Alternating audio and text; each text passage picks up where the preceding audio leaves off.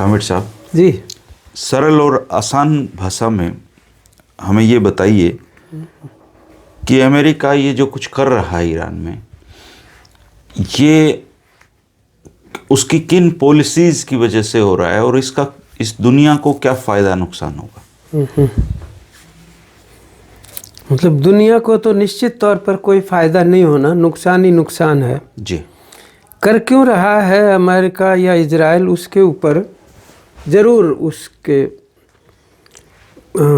पूरे रहस्य को समझने की ज़रूरत है। दरअसल ये जो आक्रमण है ईरान पर, इसको एक विश्व व्यापक जो संदर्भ है उससे काट के ना देखें, बल्कि उससे जोड़ के देखने की ज़रूरत है। ठीक है जी। दुनिया के अंदर जो शक्ति समीकरण है या संतुलन है वो बदलने लग रहे हैं बहुत तेज़ी के साथ, और उसमें कौन किधर जुड़ जाएगा ये पता नहीं है। किससे पासा या पलड़ा झुक जाएगा किसका, इस पे काफ़ी निर्भर करेगा। ऊपर से देखने में ये अमेरिका इजराइल का आक्रमण ईरान पे नज़र आ रहा है, लेकिन ये केवल उन 3 मुल्कों से ही संबंधित घटनाक्रम नहीं है। इसके प्रभाव दुनिया पर जाएंगे। जो नए समीकरण निर्मित हो रहे हैं उनको, उनके कारणों को और उनके भावी समय में बनने वाले स्वरूप को जी समझना ज़रूरी है, न केवल सरकारों को और शासकों को, बल्कि पूरी दुनिया की जनता को भी वो समझना ज़रूरी है। जी। तो इसको कई 3-4 भागों में हम बांट के देख सकते हैं। ठीक है। एक तो अमेरिका और इजराइल का क्या रिश्ता है, दूसरा ईरान की स्थिति और उसकी जो वहाँ पे लोकेशन है या उसका जो जिस जगह पे आज वो है मौजूद है, वो उसका इतनी दूर क्या ताल्लुक हो गया कि अमेरिका ईरान से मतलब असुरक्षित महसूस करे। तो बहुत दूर दूर हैं दोनों देश, सीधे तौर पे पुराना उस तरीके का टकराव भी नहीं है। यदि है तो आप यही कह सकते हैं कि जितने बार हुआ ईरान पर और अन्य कई मुल्कों के ऊपर, तो वो हमला अमेरिका ने ही किया या पश्चिमी देशों ने किया ईरान के ऊपर। ईरान ने पश्चिमी देशों पे कभी हमला नहीं किया। तो एक उसकी अपनी मतलब इस जिसको जियोपॉलिटिक्स कहते हैं उसमें उसका अपना स्थान ईरान का और उसके संबंधों की स्थिति। जी। तो जहाँ तक तो अमेरिका और इजराइल का ताल्लुक है, उसको दोनों जगह हम ये कह सकते हैं कि उनके अपने जो डोमेस्टिक पॉलिटिक्स है, अपने देशों के भीतर की जो परिस्थिति है, वो बहुत ही संकट से गुजरने वाली है। राष्ट्रपति ट्रंप के खासतौर पर दूसरी जो पारी शुरू हुई है, उसके बाद जो घटनाक्रम हुआ, मतलब सबसे ज़्यादा अलोकप्रिय अमेरिका में खुद ट्रंप है और सबसे ज़्यादा अलोकप्रिय नेतन्याहू हैं इजराइल में। उतना ही अलोकप्रिय हमारे यहाँ भी हैं, मतलब दो उस पे हम अभी आते हैं निश्चित तौर पर, क्योंकि वो एक ऐसा इसके साथ कारक जुड़ा हुआ है जिसके ऊपर हमें मतलब पर्याप्त रूप से बात करने की ज़रूरत है कि भारत पर क्या असर पड़ेंगे और हमारी जिम्मेदारी क्या बनती है। लेकिन उन दोनों की जो एक परिस्थिति है वो अमेरिका की बहुत बड़े आर्थिक कारणों से, आर्थिक संकट है, भयंकर बेरोजगारी है और अराजकता है। जिस देश को दुनिया का बड़ा डेमोक्रेसी कहा जाता था, उसी की परिभाषा बदलने की ज़रूरत है। डेमोक्रेसी नाम की चीज़ कम से कम उनके शासन में प्रकट नहीं हो रही, लेस मात्र भी। उनके काम में नहीं, मतलब बिल्कुल एक माफिया गिरोह जैसे शासन करता है उस तरीके से ट्रम्प का शासन वहाँ चल रहा है। और ये जो टैरिफ युद्ध है, अब टैरिफ युद्ध के बाद ये ईरान पर युद्ध हो गया ना, उस टैरिफ युद्ध के संदर्भ में भी उसको देखने की ज़रूरत है कि वो मन मर्जी से थोपता जा रहा है। और आप देखिए कि जितने भी टैरिफ घोषणा की ट्रम्प ने हाल के दौर में, तो वहाँ के सुप्रीम कोर्ट ने उनको गैर कानूनी और असंवैधानिक घोषित कर दिया। और ट्रम्प सुप्रीम कोर्ट को गालियां निकाल रहे हैं। यहाँ तक कह दिया कि 3 जजों की तो नियुक्ति मैंने खुद की थी, उसमें से भी 2 गद्दारी कर गए। वो सार्वजनिक रूप में कहने में संकोच नहीं कर रहा बंदा, ये देखो कमाल। और वो उसके बाद फिर अगले दिन बोला कि 10% सभी पे कर दिया मैंने, तो फिर 15 कर दिया उससे अगले दिन। खासतौर पर इसलिए सुप्रीम कोर्ट ने कहा था कि आपके पास ये पावर नहीं है करने की, पार्लियामेंट के पास है, जिसको कांग्रेस कहते हैं। और वो सुप्रीम कोर्ट का केस भी अमेरिका की जनता की तरफ से हुआ था, जो मामूली जिंदगी जीने वाले लोग हैं, उनके संगठनों ने किया था कि अमेरिका को तो टैरिफ से लाभ हो रहा है, लेकिन हमें तो महंगाई का सामना करना पड़ेगा ना, वही चीजें उनको तो ज्यादा महंगी मिलेंगी। ये विवाद था मूल रूप से। खैर एक वो पक्ष, उसकी पृष्ठभूमि ये है। लेकिन जहाँ तक ईरान का ताल्लुक है, वो तो क्योंकि एक तेल खाड़ी के देश हैं और वो तेल पैदा करने वाले, एक्सपोर्ट करने वाले देश हैं, उनमें ईरान प्रमुख है। और इसीलिए इजराइल को वहाँ पर ख़ास तौर पे सुदृढ़ किया जा रहा है, या उसको आप कह सकते हो कि एक बदमाश राज्य के रूप में उसका निर्माण किया गया अमेरिका की तरफ से, ताकि वो वहाँ पर मतलब एक गुंडागर्दी अपनी जमा, और कोई सिर ना उठा सके, कोई उठाए तो कुचल दिया जाए। और उसी की वजह से आप ये देखो ना कि भी किस तरीके से गाजा के अंदर 70-75 हजार लोग, निर्दोष आदमी, नरसंहार, और छोटे छोटे बच्चे, महिलाएं कितने मारे गए। मतलब वो कलंक नेतन्याहू पे है, अमेरिका के ऊपर भी है। लेकिन ये जो खाड़ी के देश हैं तेल पैदा करने वाले, इनके साथ तमाम तरह के षड्यंत्र जो है पश्चिम करता रहता है जी। किसी को भी वो मतलब बराबरी के स्तर पे डील नहीं करता। उनकी नीयत ये है कि वो सारे उसके अधीन होने चाहिए।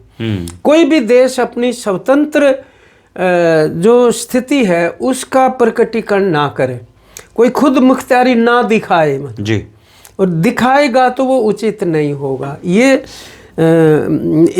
और आपको पता है कि ईरान ही एक ऐसा देश है उन सारे देशों में जो ताकतवर है, एक तरह से सेना की दृष्टि से भी बड़ा भी देश है, पुरानी सभ्यता वाला देश है। मतलब इराक भी वैसे ही है, लेकिन इराक को, सीरिया को, लीबिया को तो वो खत्म कर चुके ना।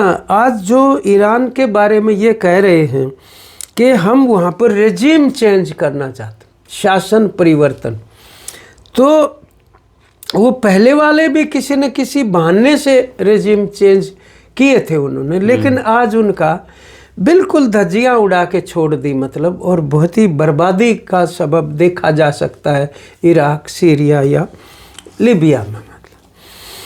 और अमेरिका के जो जॉर्ज बुश का जो ज़्यादा ही जो कर अपने वाले का माय डियर फ्रेंड है, उनका टोनी ब्लेयर था, इंग्लैंड का प्राइम मिनिस्टर जी। और एक उस जमाने का कार्टून मुझे याद है कि एक कुत्ता जो है उसको पट्टा डाल के और रस्सी बांध रखी है, बुश के हाथ में है, और उस पे लिखा हुआ था टोनी ब्लेयर। मतलब उन्होंने शुरू में तो ये कहा ना कि सर्वनाश के अस्त्र हैं इराक में, और फिर जब IAEA जो है, इंटरनेशनल एटॉमिक एनर्जी एजेंसी जो है, उन्होंने पूरी जांच करके कहा कुछ भी नहीं है यहाँ, तो वो लेकिन तबाही करनी थी। करने के बाद टोनी ब्लेयर ने ये कहा हमें पता था कुछ भी नहीं है वहाँ, लेकिन हमें तो सद्दाम हुसैन को मारना था, मार दिया। इस प्रकार की बेशर्मी की चीज़ें, बेहया ढंग से वो कहने में कतराते नहीं जी। तो ये उनका वास्तविक चरित्र है, जिसके बारे में कोई बहुत बड़ी लोकतंत्र जैसी मतलब गलतफहमी लोगों को भी नहीं पालनी चाहिए उन देशों के बारे में। ये उनकी सच्चाई है। तो खैर, अभी जून महीने में एक हमला इजराइल और अमेरिका ने किया। तो इजराइल को तो आप 51वां स्टेट मानो। अच्छा जी। 50 स्टेट तो अमेरिका के हैं, 51वां इजराइल है।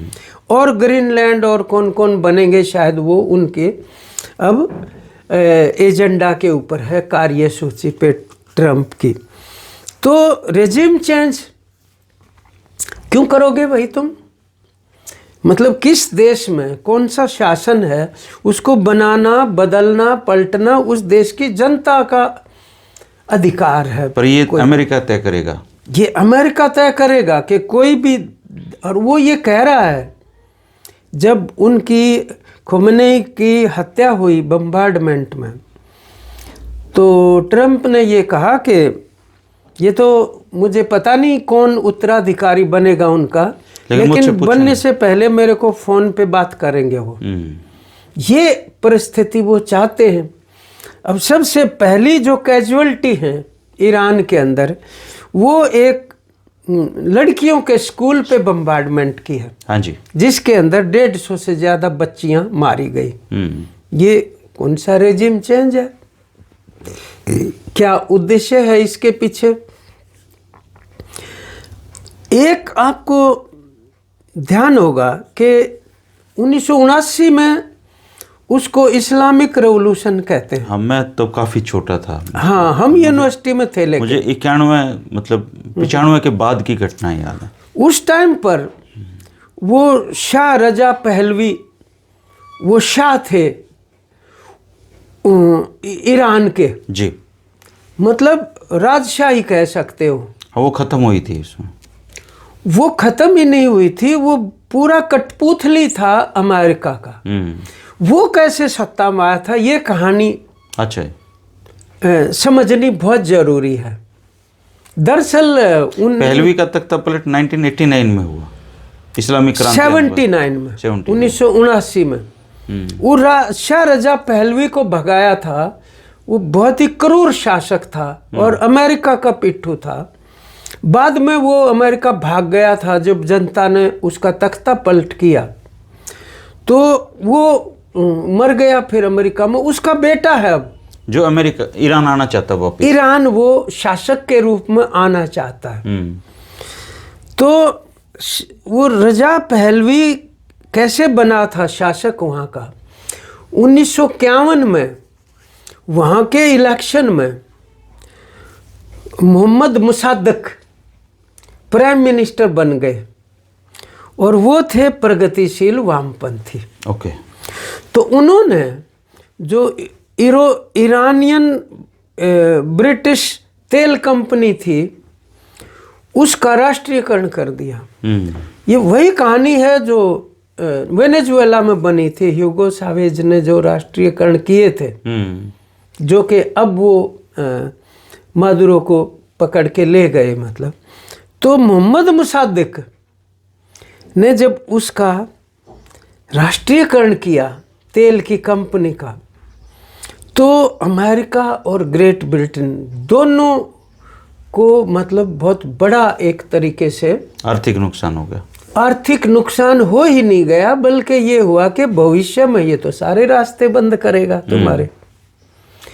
तो 1953 में 2 साल के बाद उनको हटवा दिया और उसके अंदर CIA और जो इनकी जो इंग्लैंड की जो जासूसी संस्था है, उन्होंने दोनों MI कहते हैं उसको, दोनों ने मिलके रिश्वतें दी वहाँ के जर्नलों को, वहाँ के पॉलिटिशियंस को खरीदा और प्रोपेगेंडा वॉर किया, मतलब उनके खिलाफ। अभी भी एक प्रोपेगेंडा, युद्ध में प्रोपेगेंडा एक बहुत बड़ा हथियार होता है।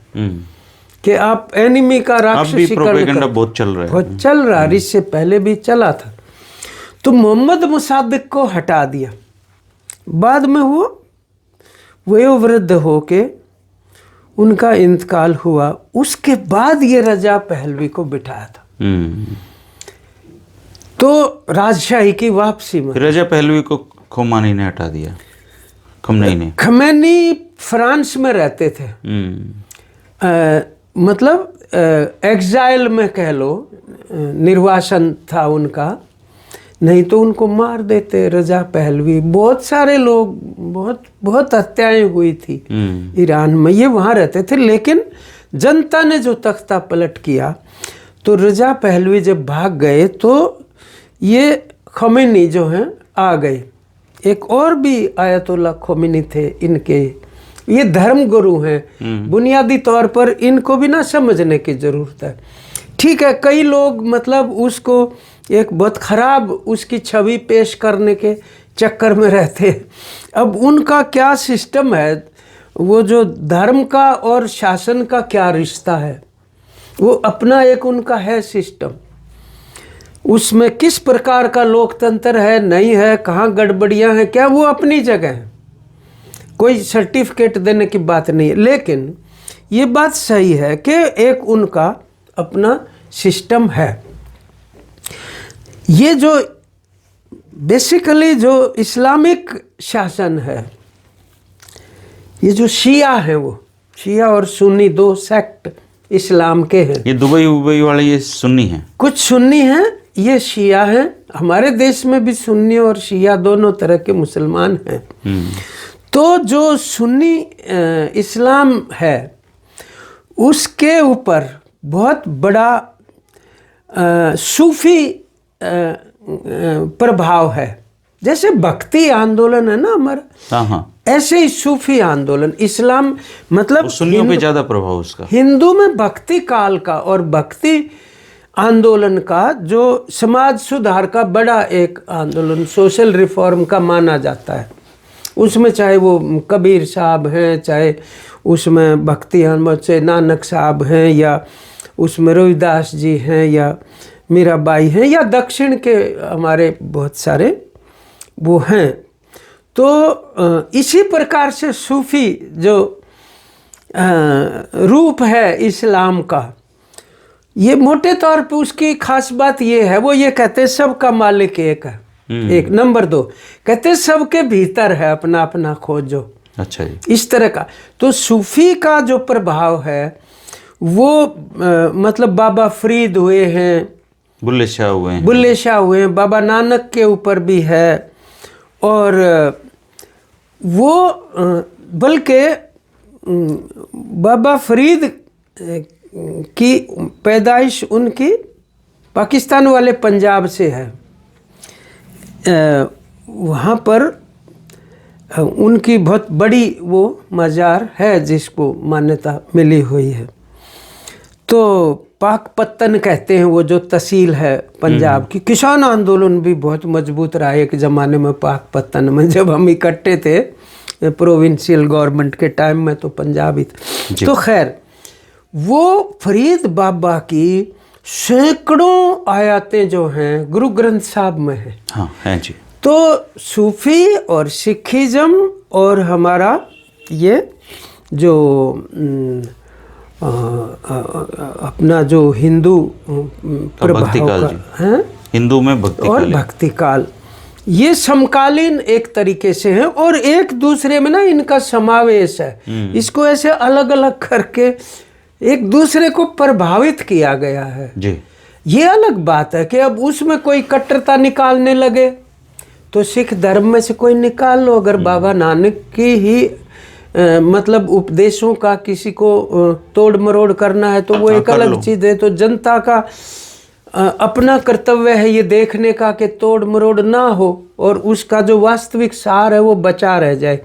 इसी प्रकार से भक्ति आंदोलन को कोई कट्टर हिंदुत्व में बदल दे आज के दौर में जैसा कि हो रहा है, तो वो भक्ति काल का तो विरोध है। वो कबीर साहब की या उनकी, रविदास जी की, उनकी तो काट है ये बहुत बड़ी। इसी तरीके से सूफी को कोई एसेंस को बदलना चाहे कट्टरता में, तो वो अपनी एक अलग चीज़ है, मतलब हम उसमें नहीं जा रहे हैं।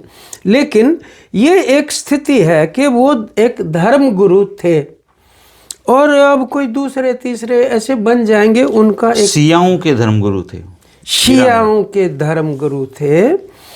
तो अब जब लोग धर्म गुरुओं को मानते हैं तो भीतर एक बहुत गहरी आस्था होती है ना, और उस आस्था के प्रभाव में वो कुछ भी कर गुजरने को तैयार हो सकते हैं। उनकी तो अपनी कुछ धारणा, ऐसी विश्वास बने हुए होते हैं कि भी जैसे जन्नत में चले जाते हैं उनके लिए। परंतु ये पक्की बात है कि वो इसको बहुत बड़ी शहादत के रूप में देखेगा। ईरान जो खमेनी साहब का जो कत्ल किया गया है, बहुत बड़ी शहादत के तौर पर वो देख रहे हैं उसको। और ये शहादत को जो है इस्लाम में एक बहुत बड़ी कुर्बानी माना जाता है। उसकी बहुत रेवर्ड कहते हैं, बड़ी पूजा उसकी की जाती है। तो भाई तुम वहाँ के लोग उसके साथ कैसे एडजस्टमेंट करेंगे, उनके उपदेशों को सरकारी जो शासन है उसमें किस हद तक स्वीकार करते हैं, किस हद तक नहीं करते हैं, ये उनका काम है। आप थोड़ी ना वहाँ बदल सकते हो। अब कोई दूसरा देश तो जाके ये नहीं कह रहा ना कि भी ट्रंप जो है वो एप्स्टीन फाइल में बहुत बुरी तरह से फंसा हुआ है, और तो वो एजेंट सारा एप्स्टीन इनका ही था कि भाई हम उसको खत्म कर इजराइल वालों का ही था। इजराइल का मोसाद का एजेंट था। मोसाद बड़ी खूंखार, मतलब उनकी गुप्तचर संस्था है जैसे CIA, और उनका चप्पे चप्पे के ऊपर ना घुसपैठ है। ईरान में भी है, ईरान के जर्नल कई उन्होंने अभी तो मार दिए जी वो ऐसे ही, अभी भी, पहले भी मारे हैं मतलब।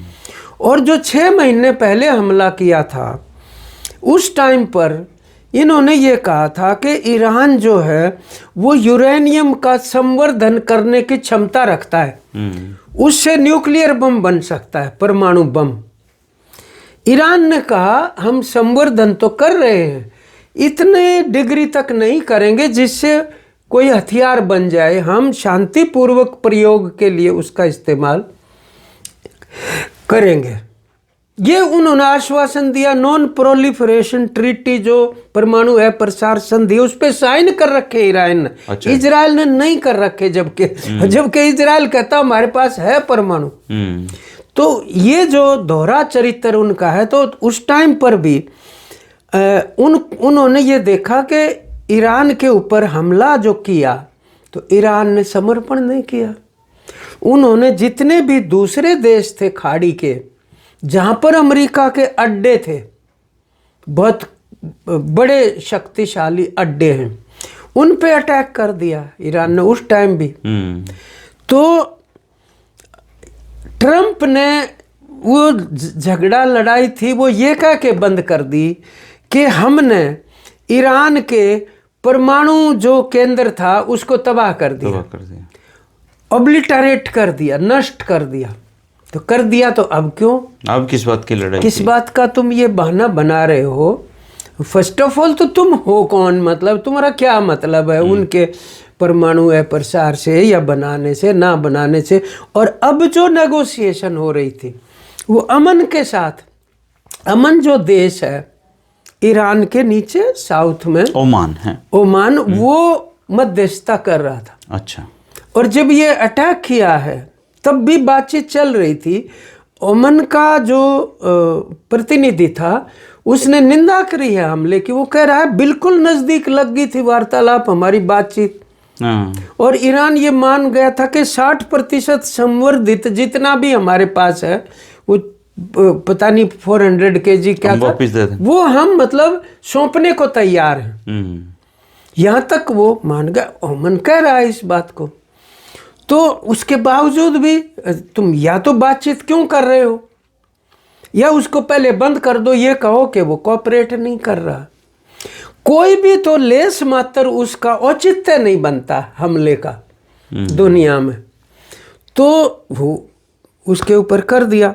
अब वो उन्होंने इनके अड्डों के ऊपर बमबारी की है। अब ये देश भी शिकायत नहीं कर सकते ईरान की, क्योंकि ईरान कहता है तुमने ये अड्डे क्यों बिठवाए अमेरिका के। जबकि एक चीज़ यहाँ पे और भी है जी, सारे इस्लामिक देश हैं ये, मतलब ये है फर्क शिया और सुन्नी का ही है बस। केवल ये नहीं है, वास्तविकता क्या है कि जैसे मान लो सऊदी अरबिया, ये जो 9/11 की ट्विन टावर का जो अटैक अमेरिका के ऊपर हुआ था, उस टाइम पर सऊदी अरबिया के लोग बताए गए जो उसमें शामिल थे, और उनके जो बैंक अकाउंट थे वो तो अमेरिका और पश्चिमी देशों में है, उन उग्रवादियों के जिन्होंने उस टाइम पे तो वो जो 9/11 का हमला था, अमेरिका ने उसको आपदा में अवसर मान के और ये छूट ले ली कि हम जिस देश में चाहेंगे वहाँ पे करेंगे, क्योंकि हमें थ्रेट है इस्लामिक कट्टरपंथ से। तो वो इस्लामिक कट्टरपंथ को संरक्षण देने में तो सऊदी अरबिया का सबसे ज़्यादा हाथ है, जो अमेरिका का सबसे लाडला देश है। तो अब ज़्यादातर देश उनमें ऐसे हैं जो तेल उनके यहाँ ज़रूर है, लेकिन वो अमेरिका के मतलब तलैटू हैं, उनके दबवार हैं, वो स्थायी तौर पर नहीं थे तो मतलब इराक नहीं था या ईरान नहीं था तो वही वो थे, ख़त्म कर दिए थे, या फ़लस्तीन नहीं था तो उनको वो ख़त्म करने की दिशा में जाने लगे। तो इसका जो प्रभाव हम देखने लगेंगे तो पूरी दुनिया में तो निश्चित तौर पर पड़ेगा ही पड़ेगा, मतलब कि तेल बहुत महंगा होगा, एक बात। नंबर 2, कोई भी देश अपनी संप्रभुता के प्रति अब आश्वस्त नहीं हो सकता कि हम तो सॉवरेन कंट्री हैं। नहीं, वो तो अमेरिका दिल चाहे तब उठा ले जाएगा, वो तो खुद मुख्तियारी है हमारी, तो ऐसा कोई भी देश आश्वस्त नहीं हो सकता। और दूसरा ये है कि वो जिसको स्ट्रेट ऑफ हॉर्मुज कह रहे हैं, वो ईरान के नीचे और ओमान के ऊपर यूं करके एक पतला समुंदर का कनेक्शन है। हाँ, जैसे श्रीलंका और भारत अभी के तो खुला है वो बीच में है ना, उसमें से 35-40% तेल का व्यापार के जहाज उसी में से गुजरते हैं। वो खुला नहीं है, अब बंद है, ईरान ने उसको बंद कर दिया। ऐसे आपको ध्यान होगा स्कूल में, मुझे तो याद है, वो कहते थे जल डमरू होता है। हाँ, जल ये जल डमरू है जो स्ट्रेट ऑफ हॉर्मुज जिसका नाम है, मतलब डमरू की तरह बीच में से पतला है और दोनों तरफ 2 महासागर हैं, उन महासागरों को वो जोड़ता है। अगर वो ना हो तो और बहुत लंबे रूट से जहाज़ों को जाना पड़े और तेल के आयात निर्यात के अंदर बहुत ज़्यादा खर्चा पड़े, उससे उसके दाम बढ़ेंगे। अभी शायद भारत में कुछ दाम बढ़ भी चुके, मतलब हो सकता है 20-25% तक मतलब ये बढ़ जाएंगे अगर ये ऐसा चलता है तो अब ये कुछ ये नहीं कहा जा सकता कि अभी सिक्योरिटी काउंसिल को, यूएनओ को तो कुछ मानते ही नहीं है इजराइल अमेरिका, लेकिन चलो रूस और चीन ने बहुत ज़्यादा कठिन निंदा की है इसकी, लेकिन वो क्या रुख अपनाते हैं ये अभी कुछ कह नहीं चुप हैं जी, चुप तो नहीं है, खुल के निंदा। चीन ने बहुत कड़ा बयान दिया है, रूस ने भी बहुत कड़ा बयान दिया है। चीन ने कल ये कहा है कि तुरंत प्रभाव से बंद होना चाहिए ये, और ये हत्या की निंदा की है, मतलब। तो ये तो एक कुल मिला के ना किस प्रकार के, ये तो अमेरिका के ऊपर है, वो इनकी निंदा मानेगा कि नहीं मानेगा ना। नहीं, वो निंदा मानने का तो कोई इस नियत से उन्होंने दिया भी नहीं बयान। 2 पड़ोसी लड़ रहे हैं, वो अपनी एक पोजीशन दुनिया के अंदर कहाँ खड़े हैं वो उन्होंने स्पष्ट किया कि वो ईरान की तरफ हैं, युद्ध के खिलाफ हैं, अमेरिका के खिलाफ। अच्छा, इसी पोजीशन पे अगर थोड़ा सा इसको और आगे लेके जाएं तो हमारी कहाँ पोजीशन है अभी इसमें? अब अपने देश के ऊपर अगर हम आए तो सबसे जो दुख की बात है वो ये है कि भारत जो है इस विवाद में, क्योंकि अभी मोदी जी इजराइल से आए हैं लौट के, न केवल आए हैं, आप ये देखो ना गए क्यों हैं, आए तो बाद में हैं। वो 26 तारीख को इजराइल में थे, 28 को हमला हो गया, 48 घंटे पहले वो वहीं थे। ये तो नहीं हो सकता ना उनको ना पता हो, क्योंकि उनको निर्देश कहाँ से आया कि तुम इजराइल जाओ। भारत के विदेश मंत्रालय ने कोई घोषणा नहीं कर रखी, इजराइल के विदेश मंत्रालय से घोषणा हुई मोदी आ रहे। उनको बुलाने का मुख्य मकसद ये था, और वहाँ पर जो संसद के अंदर बयान दिया है जी कि हम पूरी शक्ति के साथ इजराइल के पीछे खड़े हैं और आने वाले समय में भी खड़े रहेंगे। इसकी क्या जरूरत पड़ गई उस मौके के ऊपर? जाहिर है कि भारत ने मोदी जी के इस आचरण की वजह से या इस एनडीए सरकार के आचरण की वजह से आज के इस उस विमर्श में अपने आप को जो आक्रामक जो ताकतें हैं, जो अनैतिक गठजोड़ है, उसके साथ खड़ा कर लिया। इसकी बजाय उधर खड़ा नहीं किया, इवन न्यूट्रल तक भी नहीं। मतलब ये कहना क्या तो कह के दोनों तरफ से संयम बरतो, ये कोई स्टेटमेंट है क्या? जब अगले करें हमने हमला किया है यूएस इजराइल, ईरान ने तो किया ही नहीं, ये सारी दुनिया जानती है। तो दोनों तरफ से संयम का मतलब बता दो क्या है? यानी आप धराशायी हो जाओ और वो धज्जियां उड़ा दें, मतलब चप्पे चप्पे को बम्बार्डमेंट करके, और वो संयम बरते क्यों?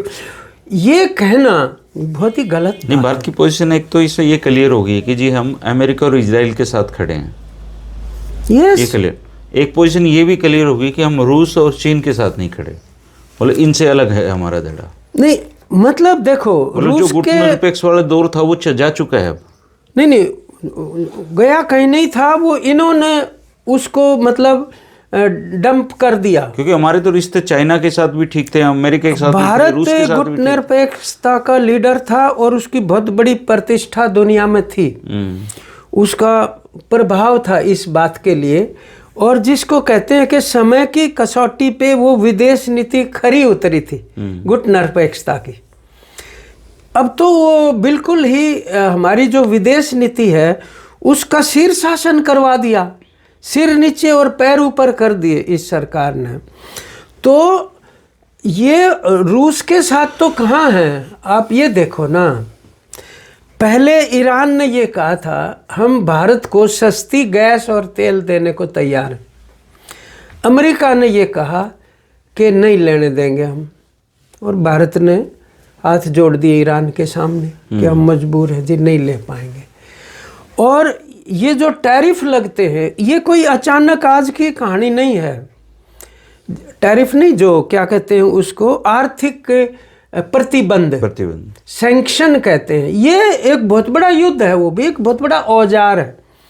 उन्होंने वेनेजुएला के ऊपर कितने सालों से सैंक्शन, क्यूबा के ऊपर आज भी सैंक्शन है। इसका मतलब ये है कि अमेरिका के और पश्चिमी देशों की ये नीति है कि उनकी जो उनका जो चहेता देश नहीं है, उस देश के साथ कोई दूसरा देश अगर व्यापार करता है तो हम प्रतिशोध लेंगे उन देशों के साथ। ये क्यूबा की तो नाकेबंदी को बहुत लंबा अरसा गुजर गया ना, 4-5 दशक हो गए, और वो फिर भी अस्तित्व में है। ये बहुत बड़ी बात है, उस देश की ताकत मानेंगे। वेनेजुएला से किया, ईरान के साथ कर रखा है, रशिया के साथ कर रखा है, चाइना के साथ कर रखा है। तो भारत ने जब ईरान के तेल को इनकार किया, उसी के बाद अब का जो विवाद आया, जिसको ये कह रहे हैं कि भारत अमेरिका के साथ हमने जो समझौता किया, समझौता नहीं है, तो एक तरफा घोषणा है व्यापार की। उसके अंदर ये बोले देखो तो बराबर की शर्तों पे बोले 50% था हमारे ऊपर, और 50% से हमने 25 करवाया, 25 से 18 पे आ गए। ये नहीं बता रहे कि 0 भी था हमारी 0 हो गई। सवाल तो ये है ना, तो 18 अब ये तो कोई बात नहीं ना कि भाई मैं आपको ये कह दूं भाई आप अपने पड़ोसी से जो लेन देन कर रहे हो वो बंद कर दो, क्योंकि मुझे आपका पड़ोसी पसंद नहीं है जी। ये तो वो बात हो गई। तो नहीं तो मैं आप पे जुर्माना, और 50% वो बोले जुर्माना। इस बात का लगा दिया। और इन्होंने रूस से जो तेल के नाम पर जो हमारे ऊपर 25% अतिरिक्त टैरिफ लगाया था, उनको ये कह दिया अमेरिका को, ठीक हम नहीं खरीदेंगे रूस का तेल। और जब रूस से पूछा उनके शासकों से, क्या भारत ने आपके सामने लिख के दे दिया कि वो बंद करेंगे तेल खरीदना आपसे, सस्ता और रुपए में मिल रहा था डॉलर की बजाय? तो रूस ने क्या कहा, हमारे पास ऐसा कुछ लिखित में नहीं है, अमेरिका वालों ने ऐसा कहा है, लेकिन तेल ये बंद कर चुके। वो करने के बाद ही उन्होंने घोषणा की ट्रंप ने कि रूस से भारत ने तेल लेना बंद कर दिया, इसलिए अब हम 18% कर रहे हैं। ये हमारी जो एक एक्चुअली हम दुनिया के मोर्चे पे क्या स्टैंड रखते हैं, ये पिछले काफी समय से हमें अमेरिका से पता चल रहा है जी। हमारे देश से तो पता ही नहीं चलता। सारी घोषणाएं वो करते हैं, ट्रंप ही करता है जी कि तेल लेना हमने बंद कर दिया है, हम वेनेजुएला से तेल लेंगे। हम ये है हमारे ऊपर जो असर पड़ेंगे वो ये है कि हमारे लाख नागरिक जो है उन देशों के अंदर रहते हैं और नौकरियां करते हैं खाड़ी के देशों में। अब वो उनकी क्या स्थिति बनेगी जो इस तरीके का ये हो गया है। भारत ने कोई किसी तरीके का अब तक आश्वासन नहीं दिया है कि भाई उनकी सुरक्षा के लिए कोई वहाँ के या उनको किसी तरह की। ईरान में 10,000 भारतीय हैं, ईरान के अंदर भी। सऊदी अरबिया में बहुत है, कतर में हैं, आपके कुवैत में हैं, यहाँ तो सारे मिलिट्री बेस हैं अमेरिका के, इन सारे देशों, जॉर्डन में हैं, जिन पे अमेरिका हमले कर रहा है, इनमें सब के ईरान ऊपर हमले कर रहा है। आपको एक बात बताऊं, हमारे लोगों को कई बार पता नहीं है, हमारे यहाँ भी बेस है अमेरिका के। डिगो गार्सिया एक महाद्वीप है हिंद महासागर में, वो भारत का है, उसके ऊपर अमेरिका के सैनिक अड्डे हैं। अच्छा, हाँ। और इधर ये साउथ कोरिया और जितने भी ये देश भारत के पूरब के अंदर पड़ते हैं, उनके अंदर भी उनके अड्डे हैं और कई हजार सैनिक और पूरा मतलब अति आधुनिक औजार वहाँ पे उनके हैं उन देशों के अंदर।